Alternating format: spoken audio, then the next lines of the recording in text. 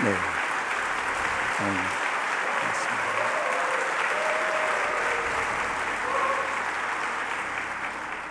맞습니다. 이렇게 열렬히 맞아주셔서 너무 감사합니다.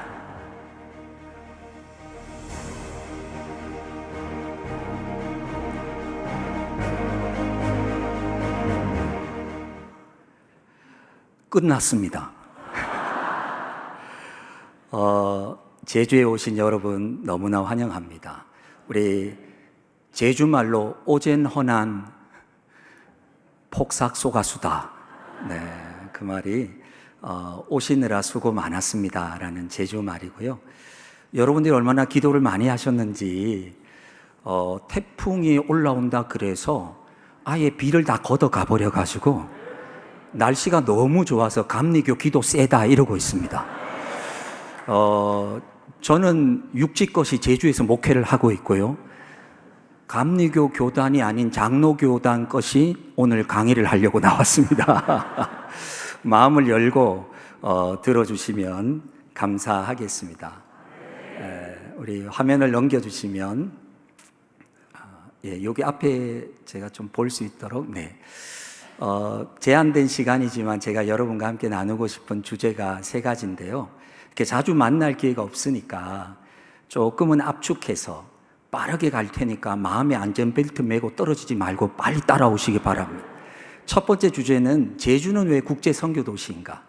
제주가 예전에 아픔이나 조선시대의 유배지 혹은 4.3이나 혹은 여러 가지 사면이 바다여서 무속이나 샤머니즘이 있는 땅으로 복음의 불모지대로 여겨졌지만 하나님께서는 그런 땅이 아니라 미래를 향한 놀라운 비전을 가지고 아시아 선교의 중심으로 세워가시는 것에 대해서 제주 오셨으니까 제주에 대해서 조금 설명을 드리도록 하고, 두 번째는 우리 장로님들 부부시니까 교회의 리더십으로서 지도자로서 어떤 마음으로 섬기는 게 좋을까를 잠깐 살펴보고, 마지막 오늘의 주제인 하나님의 뜻에 대해서 살피려고 하는데 걱정 붙들어 매시고 50분 되면 덜해도 내려가도록 하겠습니다.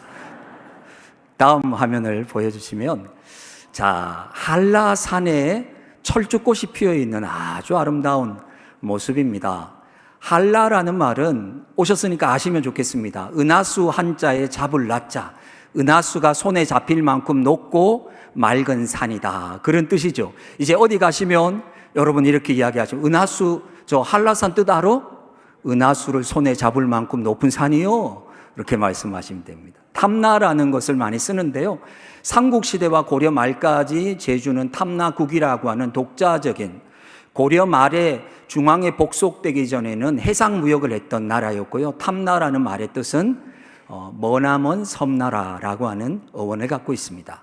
요즘 우리가 쓰고 있는 제주라고 하는 말은 고려 말부터 조선시대 지금까지 이르러 쓰고 있는데, 한자어를 보면 건널 제자에 고을 주자, 바다를 건너면 만나는 큰 고을이다, 그런 의미가 되겠습니다. 저는 지구가 둥글기 때문에 둥근 지구를 되도록 고정관념, 즉 북쪽을 항상 위쪽으로 올려두는 그런 지도의 고정관념을 깨고 둥근 지도를 제 마음대로 돌려서 제주가 위로 올라오도록 이런 지도를 좋아합니다. 제주를 위에 올리고 싶다, 그런 의미보다는 이걸 보면 제주가 얼마나 선교 전략적으로 중요한 곳에 위치하고 있는가를 한눈에 보게 됩니다.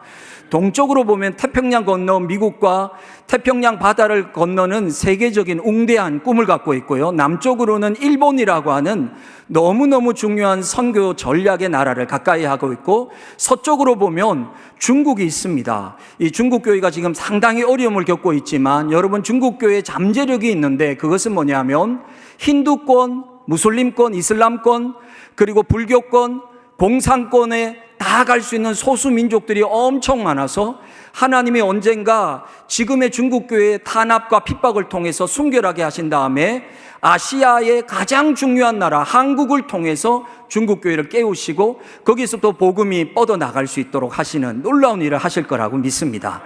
거기에 대만이 있고 필리핀과 인도 차이나 반도, 중앙아시아의 탄탄탄으로 끝나는 무슬림의 국가들, 북방의 몽골과 러시아까지. 그러므로 지금은 우리가 반도 국가이지만 휴전선 때문에 섬처럼 갇혀 있습니다. 우리는 위로 가지 못합니다. 그러나 통일의 그날을 하나님이 주시면 우리의 열차가 실크로드를 지나서 중앙아시아를 지나서 아프리카까지 가게 될 것이고, 우리의 열차가 저 블라디보스톡을 지나서 여러분 러시아를 지나서 폴란드와 우크라이나를 지나서 아시아의 유럽의 끝인 스페인과 포르투갈까지 육로로 열차를 타고 단기 선교를 갈 수 있는 놀라운 나라라고 저는 생각합니다. 하나님께서 한국의 5,000년 역사에 이런 때를 주셨습니까? K-컬처, K-푸드, K-드라마, K-무비, K-뷰티, K가 붙으면 오늘날 한국의 가치가 너무너무 놀라울 정도로 우리가 스스로 놀라고 있을 만큼 하나님은 한국을 놀랍게 일으켜 주셨습니다.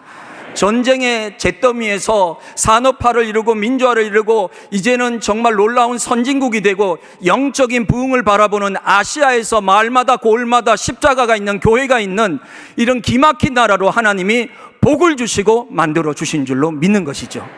그래서 복음의 출발은 어디냐? 한라에서부터 백두까지, 백두를 지나서 열방으로 나아가게 된다고 한라에 있는 저는 소리 높여 외치는 것입니다. 세계선교회 허브라고 말하는 것은 그냥 하는 말씀이 아니라 무비자, 비자 없이 30일을 머물 수 있는, 그래서 비자를 받지 않고도 아시아 어디서든 이곳에 와서 훈련받을 수 있는 아주 최고의 환경을 가지고 있는 땅이 제주이고, 제가 말씀드리도 제주 선교의 허브는 바로 아시아 선교의 중심이 되어지고 있다. 제주는 과거의 아픔을 넘어서 새로운 미래를 향해 도약하고 있다. 이제 여러분이 제주의 스토리를 아시게 되면 돌 하나가 다르게 보이고 나무 하나가 이제 다시 다니실 때마다 우와, 극동방송을 가셔서 처음 하셨죠. 이야, 어떻게 여기서 전파가 나가서 북한으로, 중국으로, 러시아로, 일본으로, 제주가 정말 복음의 불모지대가 아니라 어마어마한 복음의 전진기지라는 것을 여러분이 다시 한번 보시게 되셨을 겁니다. 예전에 중국의 지도자들이 1,000명 오셔가지고 저에게 중국의 교회가 1회 선교대회를 미션 차이나 2030이라고 2030년까지 중국의 지도자들을 길러서 아시아 선교를 위해서 파송하는 비전을 꿈고 1회 대회를 홍콩에서 했는데 2회 대회를 할 데가 없다는 거예요. 홍콩에서 했는데 너무 중국 정부의 탄압이 심해서 교회 지도자들이 도저히 중국 본토에서 할 수 없어요. 그분들이 2회 선교대회를 하기 위해서 찾다가 온 곳이 바로 제주입니다. 그분들이 우리에게 이렇게 말했습니다. 우리가 여기서 선교대회를 할 수 있나요? 이 본당을 쓰고 그리고 각 성에서 1,000명의 선교사와 목사들이 올 텐데 이 1,000명에게 5일 동안 식사를 점심 저녁으로 해줄 수 있나요? 여러분, 제가 짧게 기도하고 가능합니다.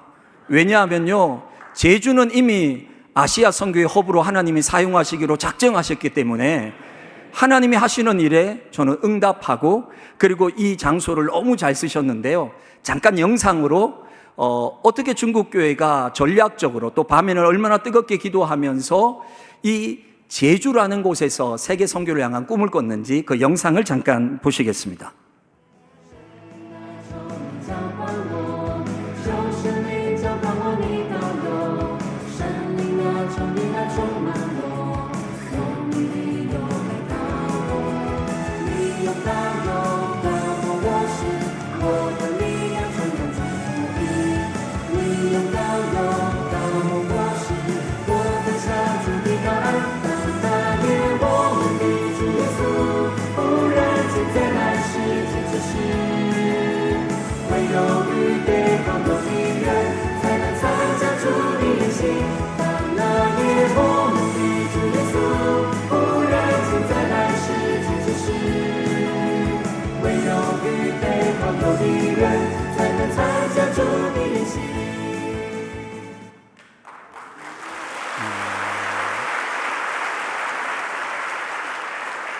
언어를 넘어 종족을 넘어 나라를 넘어서 하나님은 오늘도 세계를 열방을 향해서 하나님의 놀라운 뜻을 이루어 가시는 줄로 믿습니다.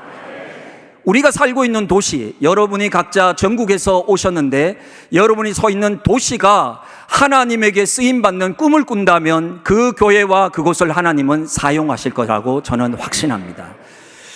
그렇게 우리는 놀라운 일에 쓰임받고 있는데, 제주의 복음이 처음 시작된 것은 1908년, 장로교로 따지면, 죄송합니다, 감리교 앞에서, 평양신학교에 조선의 7명의 우리 신학생들이 졸업을 하고 최초의 장로교 7인의 목사로 안수를 받고 1907년 평양 대붕운동이 일어난 다음 한 해 뒤인 1908년 7명의 첫 조선인 목사 중에서 한 명인 이기풍 선교사님을 제주 선교사로, 그 당시까지 모든 한반도의 모든 땅에 선교사님들이 다 들어갔는데 그때까지 선교사님이 들어오지 않아서 교회와 학교와 병원이 지어지지 않았던 유일한 선교가 필요했던 땅, 제주에 한국교회 첫 선교지로 이기풍 선교사님을 보내셔서 이 교회를 세우셨습니다. 그것이 바로 118년 전 1908년 세워졌고, 그때 세워진 첫 번째 교회가 바로 우리 교회입니다. 그래서 우리는 제주의 첫 번째 교회이고 올해로 교회 창립 118주년을 맞이하고 있고,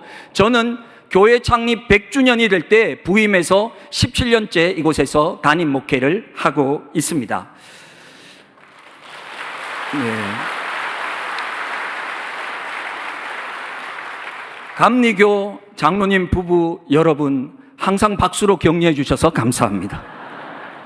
마음이 너무 활짝 열려 계신 것 같아요. 이 박수는 저에게가 아니라 이 일을 행하신 하나님에게만 영광이 되기를 소망합니다.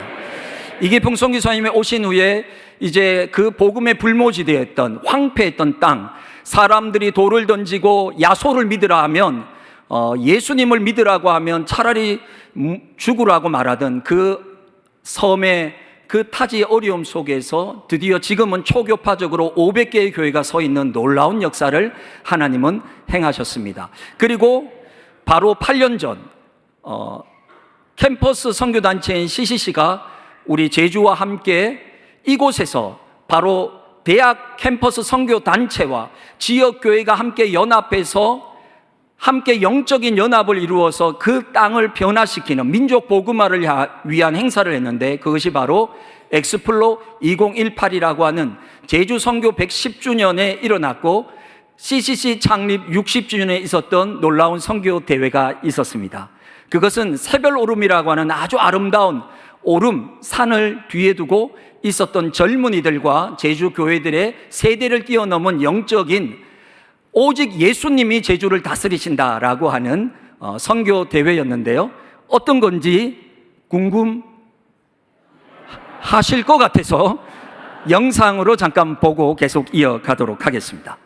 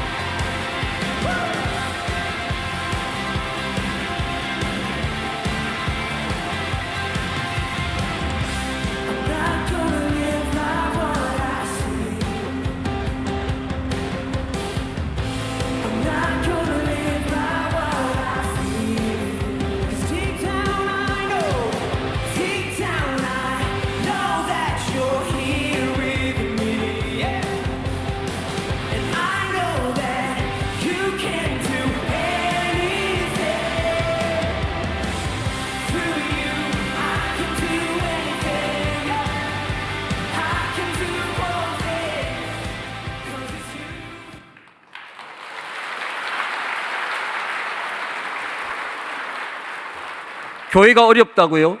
그리고 앞으로 출산율이 줄어들면서 점점 다음 세대가 힘들어진다고요? 여러분, 어둠의 영들이 속삭이는 절망적인 이야기에 수긍하지 마시기 바랍니다. 한국교회는 다시 일어날 것입니다. 우리가 서 있는 모든 곳에서 깨어있는 장로님과 함께하는 성도들이 있다면 하나님은 새 일을 행하실 줄로 믿습니다.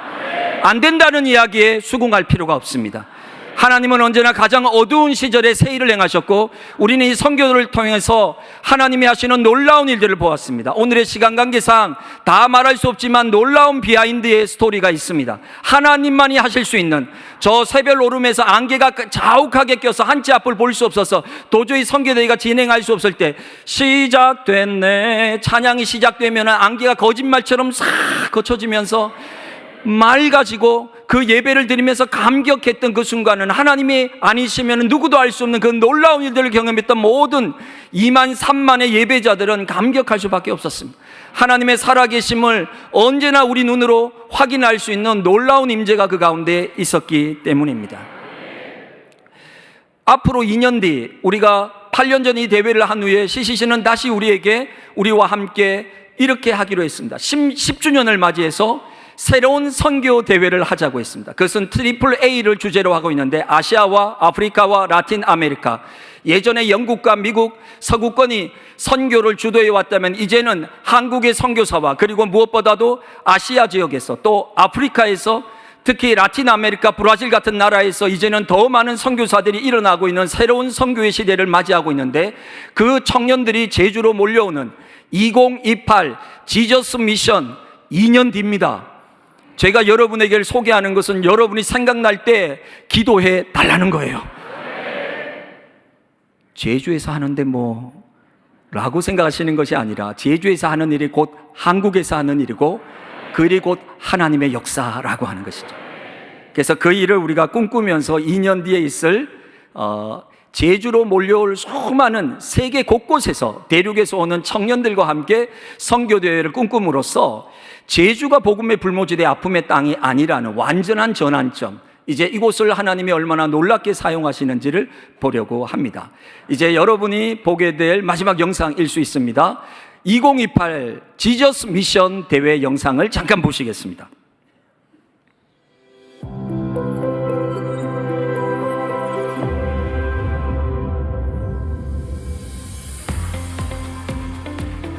(2018) 지저스 제주는 제주선교와 제주교회 연합의 마일스톤이 되었습니다. 제주교회와 성도들, 전국의 대학생들, 그리고 세계 20여 개국에서 모인 해외 참가자들 약 2만 명이 복음으로 하나 되고 많은 사람들이 선교에 자원하는 열매가 있었습니다. 2028년은 제주 선교를 위해 함께 협력했던 지저스 제주 10주년이자 CCC 설립 70주년, 그리고 제주 선교 120주년이 되는 해입니다. 지저스 미션 2028이 열리는 제주도는 섬 전체가 하나의 거대한 관광지로 세계 문화유산에 등재된 섬입니다. 비자 없이 누구나 자유롭게 입국할 수 있어 세계 선교의 허브로 쓰임받을 수 있는 곳입니다. 한국의 유명한 드라마와 영화의 배경으로도 자주 등장하는 아름다운 제주도에서 우리는 뜨겁게 주님을 찬양할 것입니다. 급변하는 세상 속에서 로봇, AI 인공지능 시대를 살아가고 있는 우리의 다음 세대들은 가슴에 어떤 소망을 품고 살아가게 될까요? 우리는 지금 세대들에게 민족과 세계 선교를 위한 비전으로 도전하고자 합니다. 전국 대학생 1만 5천 명, 해외 참가자 1만 명, 그리고 교회 목회자, 성도들 총 4만여 명이 모여 다시 한번 영적 부흥을 향한 위대한 여정을 시작하고자 합니다. 특별히 트리플 A, 아시아, 아프리카, 그리고 라틴 아메리카가 중심이 되어 지저스 미션을 주도할 것입니다. 지상명령을 돕는 일에 헌신할 믿음의 다음 세대가 전 세계에서 제주로 모일 것입니다. 캠퍼스와 나사렛, 비즈니스 영역, 교회 목회자, 해외 선교, 그리고 디지털 분야 등 다양한 트랙별 모임을 준비하고 있습니다. 지저스 미션은 한국의 대학생들과 세계 각지에서 모인 미래 세대들의 선교적 역량을 극대화시키고 서로를 연결하는 기회가 될 것입니다. 지저스 미션 2028, 주님이 주신 위대한 사명을 위해 함께 기도해 주시고 동참해 주십시오.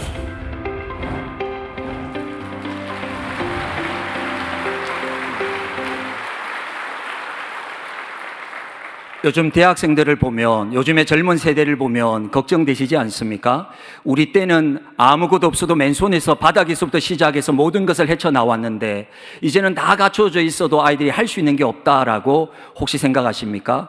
아닙니다. 제가 가까이서 지켜보고 있는 청년들은 우리 세대와는 다른 창의적 아이디어와 전혀 다른 상황 속에서 미래를 향해 나아가는 전략적인 유연성을 가지고 다시 한번 새로운 세대로 거듭나고 있고, 성령님이 임하시면 그들은 놀라운 부흥의 세대가 될 것으로 저는 믿습니다.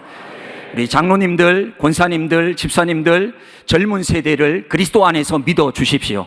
신뢰해 주시고 응원해 주시고 격려해 주십시오. 절대로 한국교회는 죽지 않습니다. 다음 세대는 놀랍게 일어나게 될 것입니다.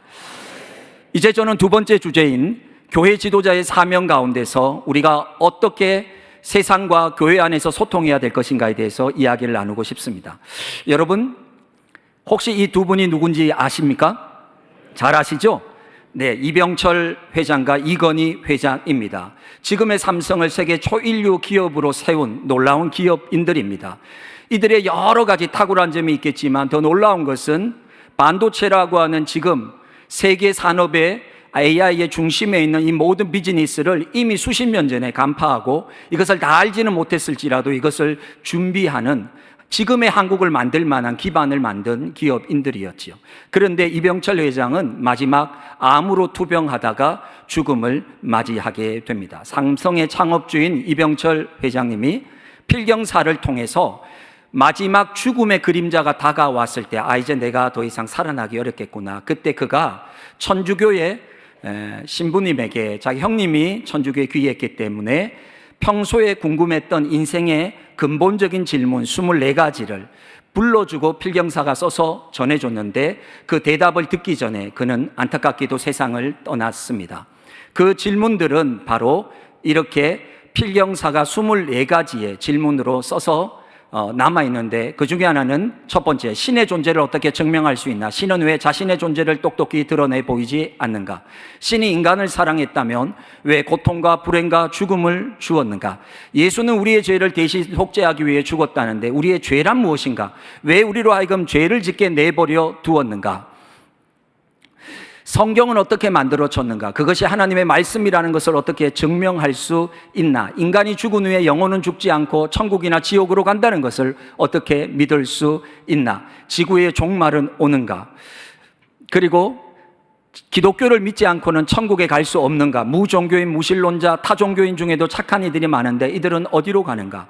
여러분, 기업인이었지만 너무나 예리한 통찰력을 가지고 누구나 인생에 대해서 궁금할 만한 질문들을 24가지를 던지고 그는 그 대답을 듣지 못하고 떠났지만, 이병철 회장이 남겼던 그 질문에 대해서 많은 사람들은 대답을 하려 했습니다. 수많은 책들이 나오기 시작했는데요. 많은 신학자들이 또는 목회자들이, 신부님들이 여러 가지 대답들을 하고, 심지어 챗 GPT에게 24가지 질문을 했더니 챗 GPT도 대답을 해서 책으로 나왔고, 이어령 교수님이 따님 때문에 기독교를 믿고, 그분이 메멘토 모리라고, 이어령 교수님이 바로 이병철 회장의 질문에 대해서 책을 내기도 했고요. 노숙자 목사님도 책을 내기도 하셨고요. 또 여러 분야에 있는 사람들이 각각 얼마나 치열하게 이 대답을 하기 위해서 했는데 이분도 냈어요. 누군지 아시겠어요? 네, 지금 구속되신 그분이 이병철 회장의 답에 대해서 내가 멋지게 대답하겠다라고 젊은이들을 미혹하면서 신천지에서도 대답을 했습니다. 그만큼 이 질문이 아주 중요했고 많은 반향을 일으켰죠. 여러분, 베드로전서 3장 15절 말씀 우리 앞을 보고 한 목소리로 같이 읽겠습니다. 너희 속에 있는 소망의 이유를 묻는 자에게는 대답할 것을 항상 준비하되 우리는 온유하고 부드러운 마음, 하지만 겸손하고 두려운 마음으로 항상 왜 예수님을 믿어야 합니까? 왜 천국과 지옥이 있습니까? 정말 죽은 후에 사후가 있습니까? 왜 법 없이도 살만한 착한 사람들은 예수님을 믿지 않았다는 이유만으로 지옥에 가야 합니까? 수많은 인생에 풀리지 않는, 아무리 AI가 오고 아무리 인공지능이 오고 아무리 의료가 발전해도 이렇게 묻고 있는 사람들에게 교회와 교회의 지도자들은 대답할 준비가 되어 있냐라고 하는 것이죠. 특별히 너무나 많은 젊은이들이 이것 속에 두려워하고 있습니다. 저는 교회 안에서는 목회자들이 선포만 하면 됩니다. 왜냐하면 성경 말씀을 진리로 믿고 있는 분에게는 선포만 해도 아멘이 됩니다. 하지만 성경을 진리로 믿지 않는 사람들이 한국에 너무나 많고 젊은 세대들이 있습니다. 그들은 성경의 절대적 진리를 믿지 않습니다. 그들은 사이언스지에서 나오는 논문을 더 믿고 네이처에서 나오는 과학의 잡지들을 믿고 세상의 여러 도서와 미디어와 그리고 문화와 콘텐츠를 더 신뢰하고 있는 그들에게 우리는 말해줘야 할 사람들이 필요한 것이죠. 여러분 혹시 영화를 보셨는지 모르겠는데 어라이벌이라고 하는 미국에서 나온 영화입니다.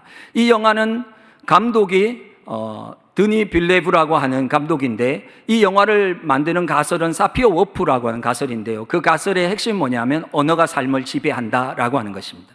언어를 배워가면 단순히 스페인어를 배우는 것으로 끝나는 것이 아니라 스페인 사람들의 가치관과 문화와 그들이 어떻게 세계를 바라보고 그들이 일상 속에서 가족을 어떻게 느끼는지까지 통합적으로 온다고 하는 것이죠. 저는 이 영화를 보면서 이렇게 생각했습니다. 우리가 하나님의 말씀, 성경 말씀을 읽으면 하나님의 말씀 그 언어가 우리의 삶을 지배하면 우리의 가치관이 변화될 거라는 거죠. 우리가 세상에 발을 딛고 살지만 우리는 세상에 속한 사람이 아니라 하나님 나라의 가치관을 가지고 살아가게 된다는 거예요. 이것이 하나님의 말씀을 배우는 이유입니다. 여러분, 이 사람은 세계 최고의 정복왕이었던 알렉산더 대왕입니다. 그는 그리스 북부의 마게도냐라고 하는 작은 도시에서 테베를 정복하고 아테네를 정복하고 그러면서 그리스 전체를 통합했던 아버지 필립 2세를 이어서 왕이 되었습니다. 미친 듯이 정복을 했어요. 그는 대제국을 만들었는데 얼마나 큰 나라냐면 그리스를 뛰어넘어서 그 당시 페르시아를 다 점령하고 북아프리카까지 점령해서 북아프리카에는 알렉산드리아라는 곳에 세계 최대의 도서관을 세웠습니다. 이 사람은 군인이 아닌 것이 이 사람의 스승이 바로 철학자 아리스토텔레스였기 때문입니다. 그는 철학자에게 배웠던 제자였기 때문에 단순히 칼로 세계를 지배하기 위해서 전쟁을 한 것이 아니라 그 전쟁을 통해서 그는 거대한 제국을 만들고 새로운 왕국, 이전에 없었던 왕국을 꿈꿨습니다. 그 왕국은 바로 아시아와 유럽이 만나는, 동양과 서양이 만나는, 그래서 자신도 페르시아 공주와 결혼했을 뿐만 아니라 그리스 서양의 모든 자기의 부하 장수들을 페르시아의 사람들과 결혼시켜서 동양과 서양이 만나는 새로운 복합적인 문화, 헬레니즘이라고 하는 시대를, 헬라 제국을 열고자 꿈꿨던 사람이죠. 그는 세계 곳곳에 신기한 식물이 있으면 그것을 자기의 스승인 아리스토텔레스에게 보냈기 때문에 그리스는 세계에서 가장 신기한 식물이 많은 땅으로 알려져 있습니다. 그렇게 한 다음에 그는 이 모든 땅들을 하나의 언어로 통일시켰는데 그것은 고대 그리스어인 헬라어라고 하는 겁니다. 헬라어입니다. 저는 여러분이 아는 것만 물어봅니다. 여러분, 신약 성경이 무슨 언어로 기록된지 아십니까? 여러분은 천재입니다. 여러분, 우리는 이렇게 생각했습니다. 세계 역사를 보면서 왜 저렇게 미친 듯이 정복을 하는 대왕이 나왔을까? 저 사람은 왜 저렇게 언어를 하나로 통일시키고 산 하나만 건너가도, 강 하나만 건너가도, 언덕만 하나 건너가도 부족과 민족의 언어가 달라서 정말로 복음 전하기가 어려웠는데 이 사람이 이 거대한 지중해를 하나의 제국으로 만든 다음에 언어를 다 통일해버렸어요. 치안이 유지됐어요. 그 다음에 신약 성경이 헬라어로 기록되고 그 신약 성경을 가지고 그 예수 그리스도의 복음을 가지고 사도 바울이 지중해 모든 나라들을 다니기 시작한 것입니다. 그가 로마 시민권을 가지고 그 복음을 확장할 수 있었던 것. 하나님은 항상 이렇게 놀랍게 역사하시는 것이죠. 세계 역사에서는 전쟁사처럼 보였지만 우리는 이해할 수 없지만 전쟁을 뛰어넘는 언어를 통일시키고 그 언어를 통해서 복음이 놀랍게 빠르게 확산되게 하셔서 예수 그리스도의 나라가 오게 하셨다는 것이죠. 이것이 바로 소통의 아주 중요한 것을 말합니다.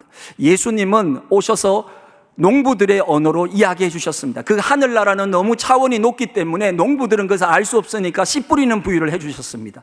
예수님은 알곡과 가라지의 비유를 통해서, 그리고 밭에 감추인 보화를 통해서 시대 사람들이 그 당시 사람들이 알아들을 수 있도록 진주 상인의 이야기를 통해서 어부들에게는 물고기를 나누는 이야기를 통해서 심지어 주부들과 가정에 있는 사람들에게는 가루 서말을 통해서 반죽을 하는 이야기를 통해서 하나님의 나라를 알아들을 수 있도록 전해줬다고 하는 것입니다. 여러분 어릴 때 이거 해보셨죠? 이거 실 하나 있어도요 얼마나 잘 들리는지요. 그런데 요즘 우리가 같은 한국말 쓰는데 왜 이렇게 안 통하는 겁니까? 남편은 아내 때문에 속이 터져나가고요, 아내는 남편 때문에 도대체 저 인간은 아무리 말해도 귓구멍이 막힌 것 같다고 이야기를 합니다. 우리는 같은 한국말을 쓰는데 세대마다 이렇게 언어가 안 통하는 이유가 있습니다. 여러분 우리가요 이중 언어를 해야 됩니다. 제가 투르키에 갔을 때 터키 목사님하고 같이 만났는데 너무 좋은 분이었어요. 그런데 그분이 영어를 못했습니다. 그래서 우리 이야기하는데요, 그분이 터키어만 하니까 터키 선교사님이 저하고 통역을 해줬을 때 저는 터키 목사님하고 너무 즐거운 터키의 여러 선교나 핍박 속에서도 일어나는 일들을 들을 수 있었어요. 그런데 선교사님이 갑자기 급한 일이 있어서 1시간 정도 갔다 와야 된다면서 선교사님 떠나셨어요. 터키 목사님과 저만 앉아 있는데 우리는 계속 어색하게 웃고만 있었어요. 앉았어요. 그리고 제가 뭐라고 이야기해도 왜? 여러분 그때 제가 뼈저리게 알았어요. 한국으로 돌아오면서 아무리 선의를 갖고 있고 아무리 좋은 마음이 있어도 언어라고 한계 속에 부딪혀 있으면 도저히 무슨 뜻인지를 전달할 수 없구나. 여러분이 해외여행을 하면서 느꼈던 그 답답함이 여기 있는 것이죠. 여러분 우리가 하늘의 언어를 성경 말씀을 통해서 알고 있지만 여러분 지금 사회 속에 살아가는 수많은 사람들은 하늘의 언어를 들을 수 없어요. 하늘의 언어는 땅의 언어로 번역하고 통역해 줘야만 들을 수 있는 것이죠. 하늘의 언어를 땅의 언어로 통역해야 줄 사람이 누구입니까? 바로 교회의 지도자들, 장로님들, 권사님들, 집사님들. 하늘의 언어를 구수하게 사람들의 언어로 전달해 줘야 되는 것이죠. 또 하나 종교적 언어를 일상적 언어로 들려줄 수 있는 감각과 센스.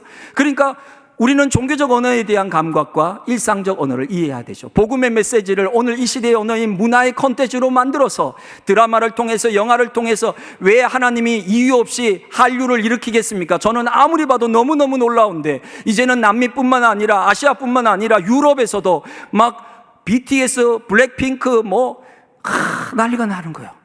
정말 이해가 안 돼요. 와, 왜 이럴까? 저는 이렇게 봅니다. 문화라는 혈관을 까시고 그 레일을 까시고 복음을 그 레일 위에 실어서 전 세계로 나르기 위한 놀라운 하나님의 전략이 이미 이 민족을 통해서 시작되고 있다고 믿습니다.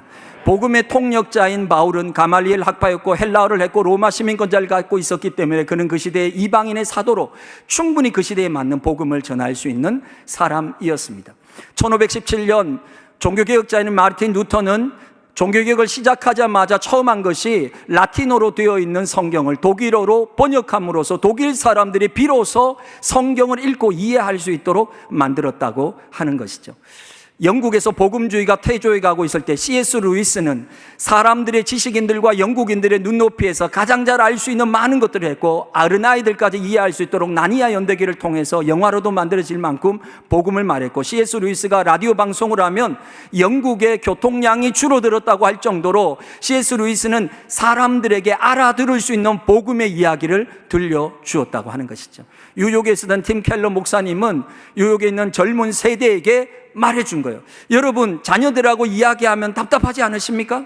분명히 사랑의 마음이 있는데 대화를 하자 그랬는데 대화가 안 되고 뭉쾅 닫고 나가면 대화는 대놓고 화를 내는 거지 대화가 아닌 거예요. 분명히 사랑하는 마음이 있는데 왜 우리는 자꾸 너 교회 왜 안 나가냐? 너 오늘 주일 예배 갔다 왔냐? 인증샷 찍어서 보내. 이렇게 하면 되게 답답하고 어려운 거죠. 그러나 우리는 이 시대의 언어를 이중 언어를 해야 되는 복음의 통역자들이죠. 여러분 한국에서 가장 많이 팔린 책이 유발 하라리 역사학자입니다. 히브리 대학교 역사학자의 3가지 3종 세트인데 사피엔스 호모데우스와 21세기를 위한 21가지 재현이라고 하는 정말 많은 젊은이들이 읽었고 지식인들이 읽었습니다. 여러분 이것이 얼마나 많은 젊은이들의 마음을 흔드는지 모릅니다. 제가 시간 관계상 넘어가지만 이 사람은 게이고 이 사람은 여기 이렇게 말하죠. 하늘에 우리를 혼내기 위해서 있는 그런 늙은이 하나님을 의미하죠. 없다라고 표현해요. 맹렬한 무신론이 세계를 덮치고 있는데요. 세계 최고의 지성이라고 꼽혔던 바로 리처드 도킨스라고 하는 사람이죠. 이 사람은 신 만들어진 위협이라고, 신은 존재하지 않는다라고 하는 아주 맹렬한 무신론을 가지고 책을 씁니다. 제가 이 신 만들어진 위협을 읽다가 너무 놀랐어요. 이 사람은 진화 생물학자인데 이 사람이 성경을 얼마나 많이 인용하는지 모릅니다. 구약 성경, 신약 성경을 가져와서 이 사람은 계속 반대하고 있어요. 하나님은 사랑의 하나님이 아니다. 하나님은 이런데도 사랑의 하나님이냐? 이런데도 정말 하나님이 살아계시냐? 여러분, 어릴 때부터 중등부, 고등부, 어린이 시절을 지나고 대학교를 가서 자기의 지식이 생기고 지성을 가지고, 그리고 세계 최고의 지성인에 꼽혔던 리처드 도킨스의 책을 읽다 보면 우리의 자녀들이 완전히 믿음을 상실하고 배회하고 너무나 힘들어져요. 여기에 대해서 교회는 준비되어 있습니까? 우리는 거기에 대해서 선포만 하는 것이 아니라 설득을 할 수 있고 설명을 할 수 있고 젊은이들에게 정말 대답할 것이 준비되어 있느냐라고 하는 것이죠. 우리는 그저 믿으면 돼, 기도하면 돼, 그렇게라고 말하지만 그건 정말 중요하지만 거기까지 갈 때까지 다리를 놓아줘야 하는 것이죠. 여러분, 다양한 여러 가지 활동들을 우리 교회가 하고 있는데요, 이런 것을 하는 것은 복음의 접촉점을 많이 늘리기 위한 우리 나름의 노력이라고 하는 것입니다. 왜 이렇게 하냐면 모든 세대에게 그냥 단순히 복음이 종교적 언어가 아니라 아이들의 일상 속에서 즐거움으로 하나님을 경험할 수 있도록 하기 위한 것이죠. 청소년들에게도 직접 운동을 통해서 또는 아이들이 왔을 때 게임을 통해서, 문화를 통해서 아이들에게 간식을 무료로 다 나눠주는데, 간식을 먹을 수 있는, 다 간식이 무료인데 오직 한 가지, 복음을 들으면 간식을 무조건 먹을 수 있다. 애들이 와서 복음을 열심히 듣는데 이런 거였어요. 너무 재밌어요. 그렇게 한 다음에 떡볶이 먹고 행복해하는 일들이 있습니다. 우리가 드리고 있는 하나님에 대한 교회의 예배라든가 이런 것도 좀 더 다른 차원에서 좀 더 가까이 다가가기 위한 여러 가지 부분들이 우리 교회 안에서 노력되고 있는 것은 다양한 세대에게 다양한 방식으로 오직 복음, 예수 그리스도만이 그들에게 살아계신 구원자로 고백되기 위해서지만, 그러나 그것을 전하는 방식은 시대에 맞게 다양해야 된다는 것이죠. 때로는 선포되는 설교가 아니라 중등부, 고등부 목사님들과 함께 토크쇼로 진행하기도 하고, 성한 가탈란트라고 해서 젊은 세대의 부부들이 이것을 통해서 복음을 하고, 추수감사주일에는 우리 가락을 통해서, 대금을 통해서, 또 장고와 북을 통해서, 그리고 성탄절에는 뮤지컬을 통해서 여러 가지 다양한 모습들로 진행하고 있습니다. 네, 크리스마스 빌리지라고 하는 것을 우리가 만든 것은요, 가장 대중적인 것을 통해서 사람들에게 다가가겠다. 제주는요, 기독교 문화가 없어요. 어떻게 하면 기독교의 생명력을 전할까? 그러다가 가장 대중적인 크리스마스를 해야 되겠다. 제가 제주의 목사님 한 분을 만나는데, 이 목사님을 만날 때마다 저에게 어떻게 인사하는지 아세요? 이분의 인사말이 이겁니다. 메리 크리스마스! 그런데 성탄절만 이 인사를 하는 게 아니라 봄에도 메리 크리스마스! 여름 성경학교 때도 메리 크리스마스! 가을에도 메리 크리스마스! 그래서 제가 목사님하고 안으면서, 목사님, 모든 계절마다 메리 크리스마스라고 인사하시는 거 무슨 이유인지 알 것 같은데 설명해 주세요. 그러니까 그분이 이래요. 예수님이 이 땅에 오신 것이 복음의 시작입니다. 이보다 더 복된 일이 없고 그분 때문에 우리가 죽음과 사망에서 살아났습니다. 그렇다면 왜 12월 한 달만 성탄해야 됩니까? 1년 365일이 메리 크리스마스라는 거예요. 그래서 제가 거기에서 착안해가지고, 그래, 정말 대중적인 사람들에게 크리스마스를 보여주자, 그렇게 되어 있습니다. 이거 눌러주시겠어요? 그러면 어떤 일들을 우리가 했는지.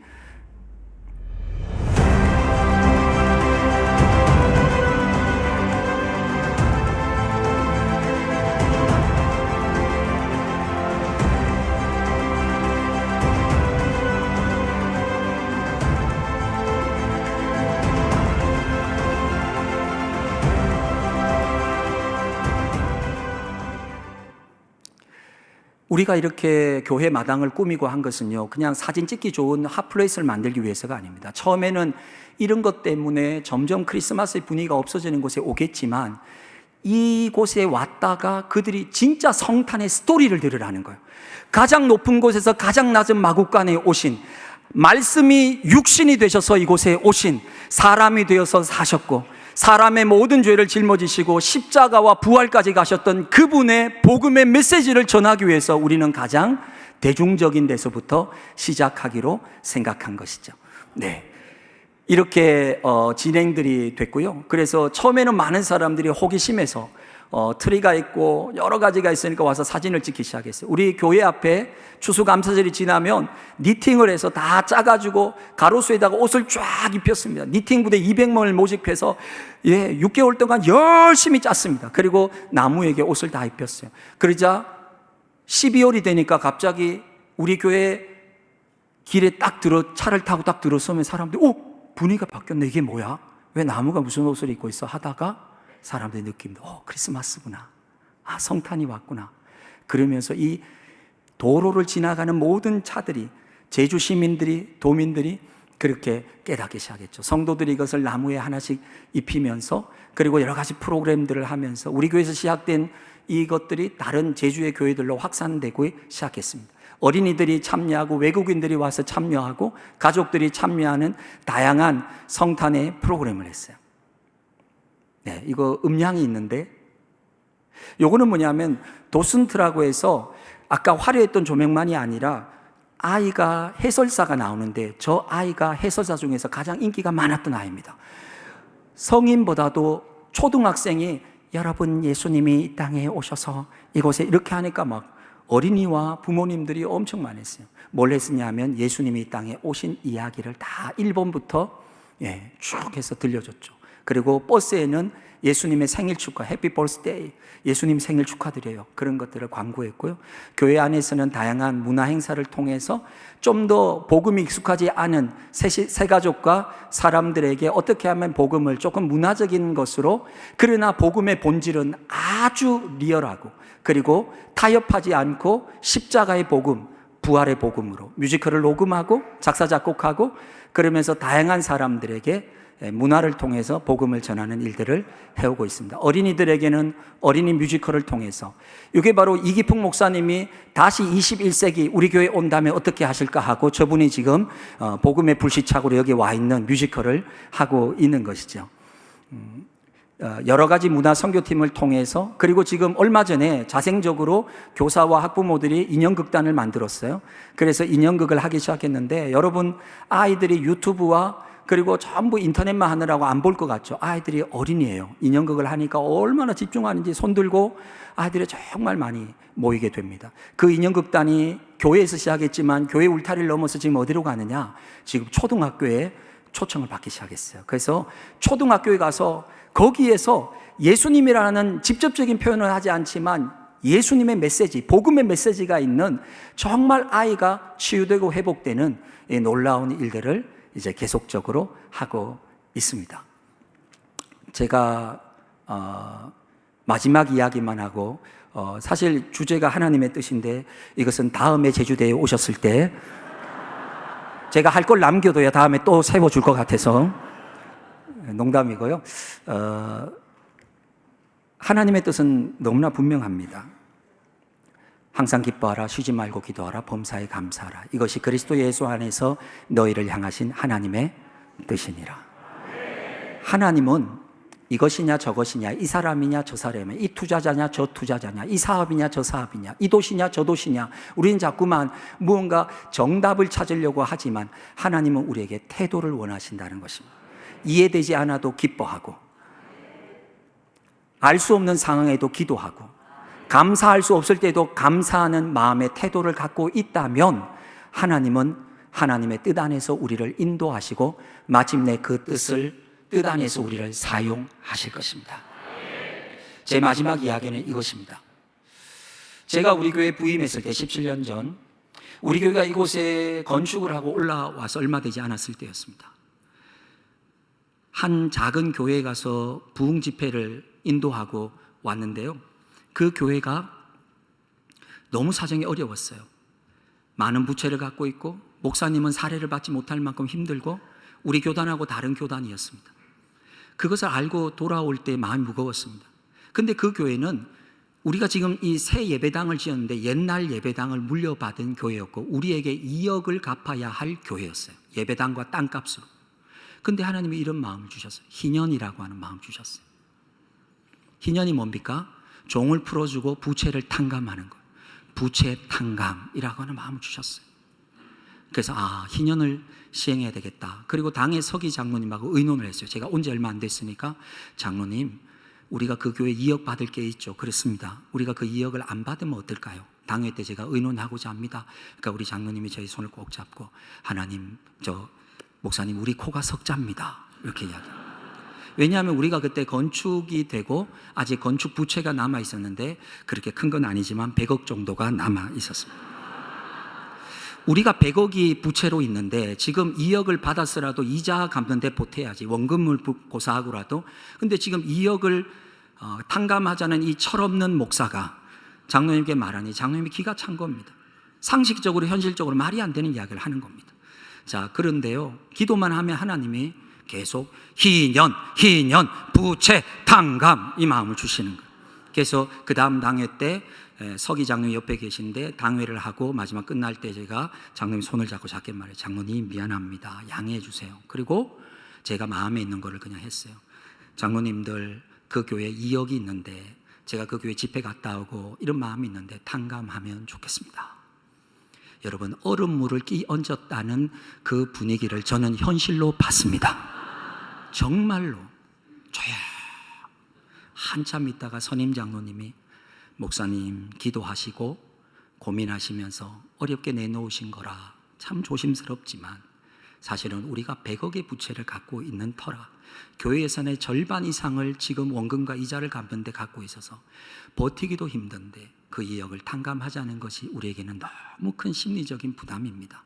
본물 터지듯이 그 다음 장로님이 목사님 좀 우리 현실을 생각해 주십시오. 너무나 당연하고 이해가 되는 말씀을 하는데요, 제가 설명했어요. 빚진 사람 마음은 빚진 사람이 안다고.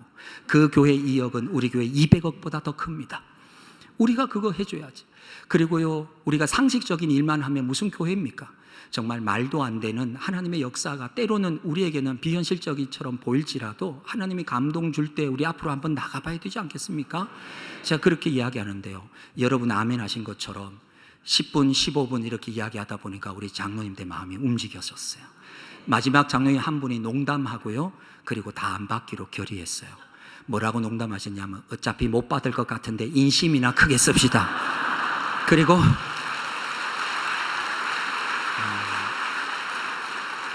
2억 안 받기로 정말 놀라운 결정을 했죠. 제가 그 목사님께 전화해서 우리 부채 2억 안 받기로 했습니다.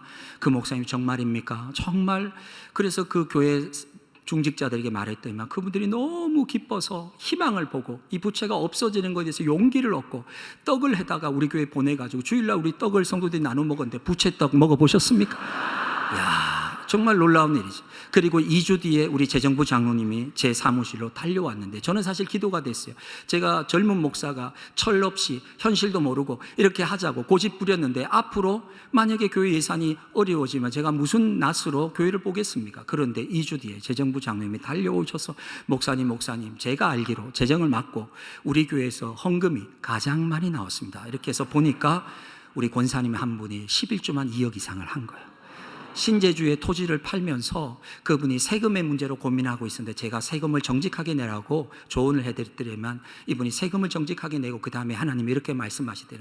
나라의 세금도 정직하게 냈는데 11조도 정직하게 해라. 그래가지고 이분이 11조를 했는데 그만 정리가 된 거예요. 여러분 제 이야기를 오해하지 마십시오. 우리가 이렇게 일을 하면 하나님은 무조건 갚아주신다? 아니요. 그리 아니하실지라도, 그렇게 하지 아니하실지라도 하나님께서 우리에게 성령의 감동을 주실 때 순종하면 세상의 상식을 거슬러 오르는 하나님의 역사가 일어날 줄로 믿습니다. 여러분 정말 궁금한 거 있죠? 끝나기 전에 그 100억 다 갚았냐고. 다 갚았습니다. 이미 오래전에 다 갚았는데요, 어떻게 갚았냐고요? 저도 정말 신기하더라고요.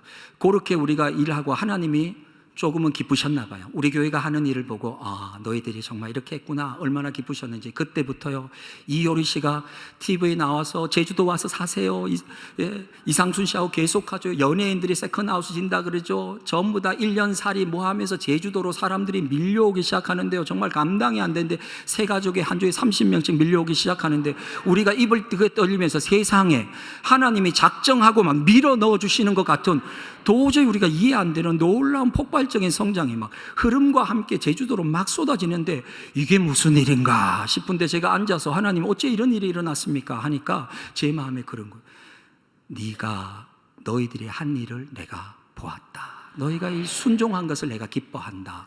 정말 그거 외에는 설명할 수 없는 그 은혜 가운데서 많은 성도들과 함께 교회가 부흥하고 성장하고 하나님의 일을 해나가면서 부채도 갚아나가고 새로운 일을 꿈꾸고, 그러면서 이 시대에 맞는 복음의 본질은 바뀌지 않지만 시대에 따라 그것을 전하는 방법을 바꾸어가는 새로운 변화들을 가져오게 되었습니다.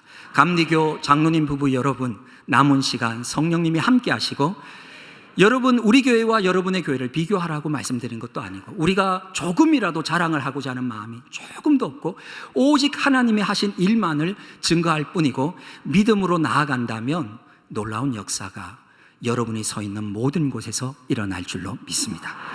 기도하겠습니다. 하나님, 하나님의 뜻을 구하는 우리에게 하나님은 말씀하십니다. 기뻐할 수 없을 때도 항상 기뻐해라. 도저히 기도할 수 없는 순간에도 쉬지 말고 기도해라. 감사가 나오지 않을 때도 범사에 감사하라.